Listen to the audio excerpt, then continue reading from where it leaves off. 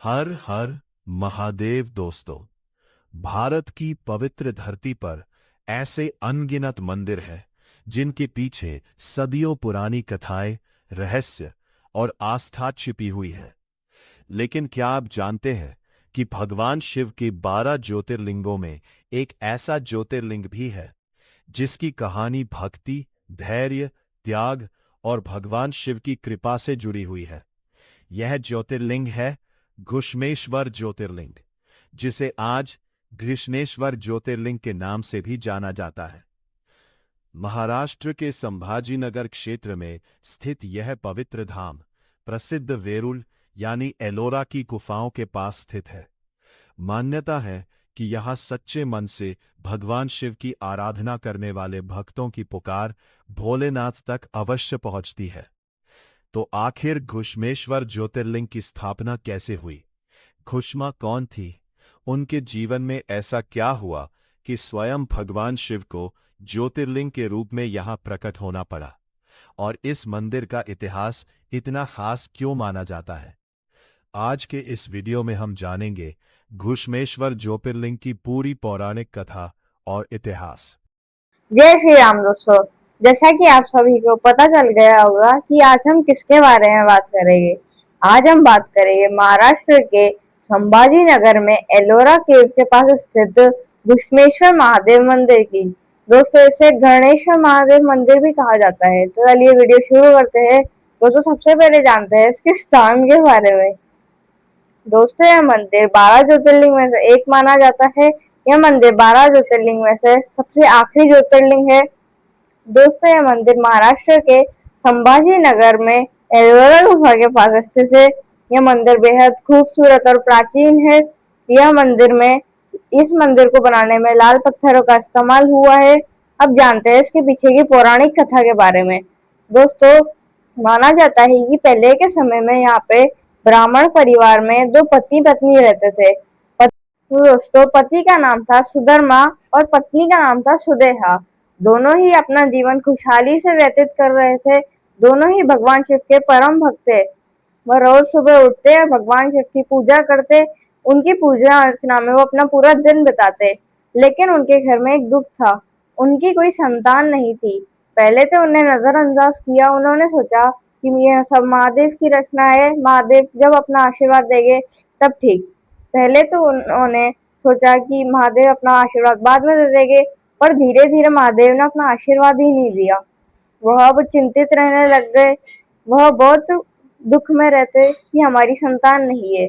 उसके बाद उसकी पत्नी ने सुमुद्रा से बोला कि तुम मेरी बहन से शादी कर लो। उसने महीनों तक उसे समझाया, लेकिन उसने पहले तो मना कर दी, लेकिन उसने बाद में हाँ कर दी।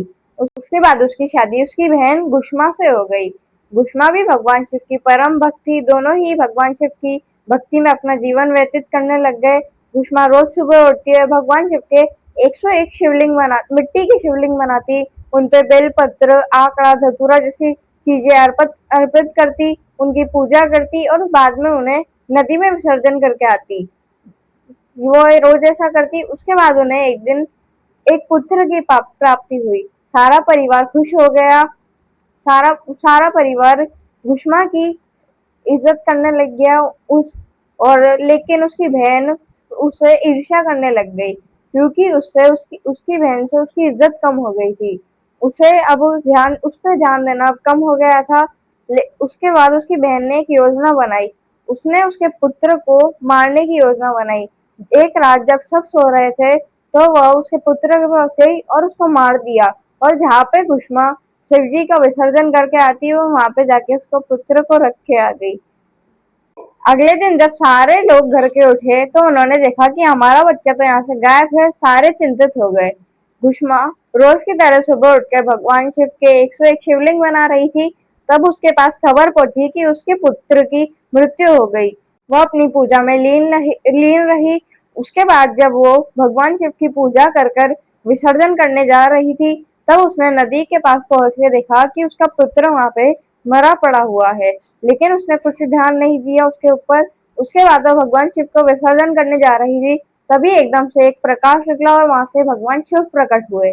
उन्हें भूष्मा से वरदान मांगने को कहा। भुष्मा ने सोना चांदी ऐसा कुछ नहीं मांगे। उन्होंने बोला कि आप यहाँ पे मेरे नाम से विराजमान हो जाओ, ताकि आप यहाँ पे आने वाले लोगों का कल्याण कर सको, यहाँ के लोगों का कल्याण कर सको।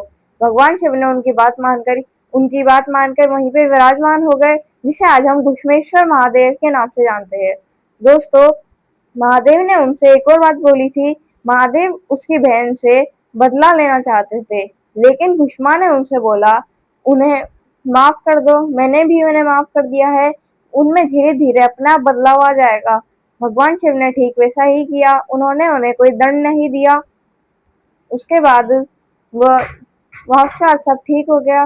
दोस्तों, आप जानते हैं इस मंदिर की वास्तुकला के बारे में। दोस्तों, ये मंदिर को पूरा लाल पत्थरों से निर्माण करवाया गया है। इस मंदिर के स्तंभ इसका प्राचीन होना दिखाते हैं। यह मंदिर बेहद खूबसूरत और प्राचीन है। इस मंदिर को मराठा साम्राज्य के छत्रपति महाराज शिवाजी महाराज ने इसे बचाया था, और उसके बाद मराठाओं ने ही इस मंदिर का जीर्णोद्धार करवाया। दोस्तों, आप जानते हैं ज्योतिर्लिंग शब्द का अर्थ। दोस्तों, ज्योतिर्लिंग शब्द का अर्थ होता है ज्योति से निकलने वाले देवता। ज्योति का प्रकाश, जब भगवान शिव अपने दिव्य प्रकाशमय रूप में आते हैं, उसे कहते हैं ज्योतिर्लिंग। दोस्तों, हमारे भारत में 12 ज्योतिर्लिंग है। दोस्तों, आप जानते हैं इस मंदिर के पास में एल एलोरा केव के बारे में। दोस्तों, एलोरा केव बहुत ही प्राचीन है। यहाँ पे एक प्रसिद्ध मंदिर है जिसका नाम है कैलाश मंदिर। इस मंदिर को प्राचीन समय में बनाया गया था। यह मंदिर बेहद बड़ा, इस मंदिर को पहाड़ के चट्टान को काट के बनाया गया है। यह मंदिर बेहद खूबसूरत है। यहाँ एलोरा केव में हमें बहुत सारे बेहद छोटे बड़े मंदिर देखने को मिलते हैं। तो दोस्तों, यह था इसका इतिहास। अगर आपको आज की वीडियो अच्छी लगी तो इसे लाइक करें, सब्सक्राइब करें। मिलते हैं अगली वीडियो में। जय श्री राम।